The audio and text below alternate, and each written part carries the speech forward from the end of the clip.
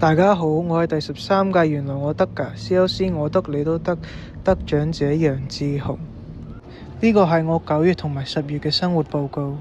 9月頭我同我朋友去咗休士頓科學館去參觀。即使係科學館，我哋都可以見到好多德州文化嘅元素，例如佢哋嘅動物標本。德州人好鍾意啲動物標本，因為德州捕獵呢個文化好常見。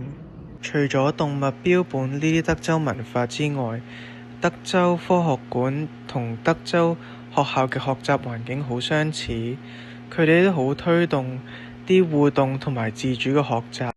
德州嘅科學館有好多互動嘅地方可以俾你去學習，同課室一樣，我哋都係要自己主動好奇去問啲問題，去學啲嘢，咁樣我哋先至會有啲得着。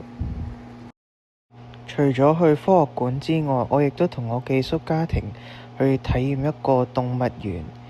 咁我哋喺動物園入邊就見到好多各種唔同嘅動物，包括北美野牛、一啲鹿同埋一啲羊。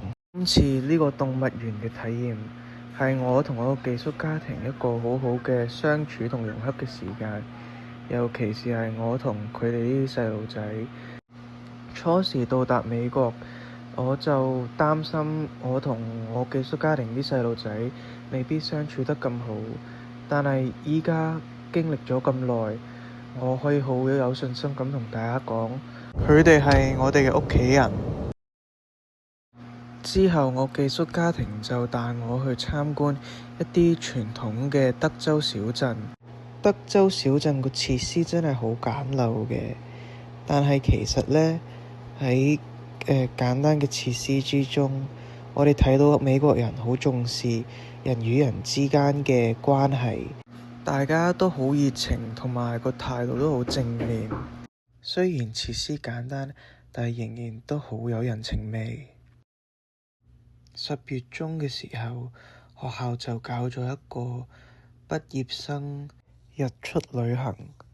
咁我哋就好早，朝頭早就去一齊喺學校集合，去喺成個過程之中，我哋由準備集合去到睇日出，都培養得到我哋一班畢業生對我哋呢個美國學校嘅歸屬感。